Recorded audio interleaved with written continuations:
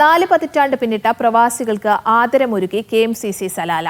60 മലയാളി പ്രവാസികളെയാണ് ചടങ്ങിൽ ആദരിച്ചത്. ഫൈസൽ അലി അൽ നഹ്ദി മുഖ്യാതിഥിയായിരുന്നു. KMCC സലാലയുടെ 40ാം വാർഷികാഘോഷത്തിന്റെ ഭാഗമായാണ് പ്രവാസ ജീവിതം 40 വർഷം പൂർത്തിയാക്കിയവർക്ക് ആദരമൊരുക്കിയത്. ഡോക്ടർ കെ സനാതൻ ഉൾപ്പെടെ 60ഓളം മുതിർന്ന പ്രവാസികളാണ് KMCCയുടെ ആദരം ഏറ്റുവാങ്ങിയത്. ഒമാനി വിമൻസ് അസോസിയേഷൻ ഹാളിൽ നടന്ന പരിപാടിയിൽ ദോഫർ കൾച്ചറൽ സ്പോർട്സ് ആൻഡ് യൂത്തിലെ AGM Faisal Ali Nahdi മുഖ്യാതിഥിയായിരുന്നു.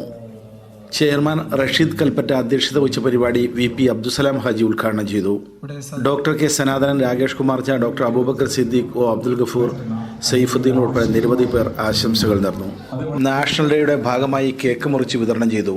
Kozhikode ജില്ലാ കമ്മിറ്റി തയ്യാറാക്കിയ കോൽക്കളി ടീമിന്റെ അരങ്ങേറ്റവും വിദ്യാർത്ഥികളുടെ വിവിധ കലാപരിപാടികളും അരങ്ങേറി.